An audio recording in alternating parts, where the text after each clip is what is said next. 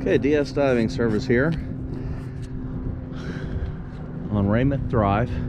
When we came out, this terminal dock was probably swinging 3 to 4 feet that direction and that direction when waves came. So we did wrap the pilings, and what we did is put this very chunky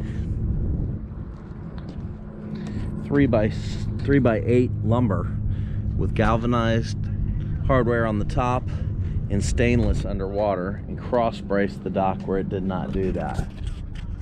We also banded the top of this boat lift so it could receive a roof on it.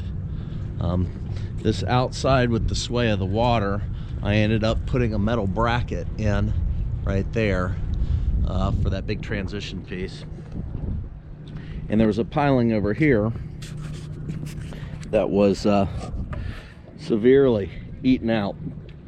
So we filled the inside void and let it harden, and then ran a jacket around it and filled it with concrete. You could see that we drilled through with stainless on the bottom and reattached the all thread to the outside. That way the boards can be changed out over the years without having to re-drill through concrete. All right, thank you.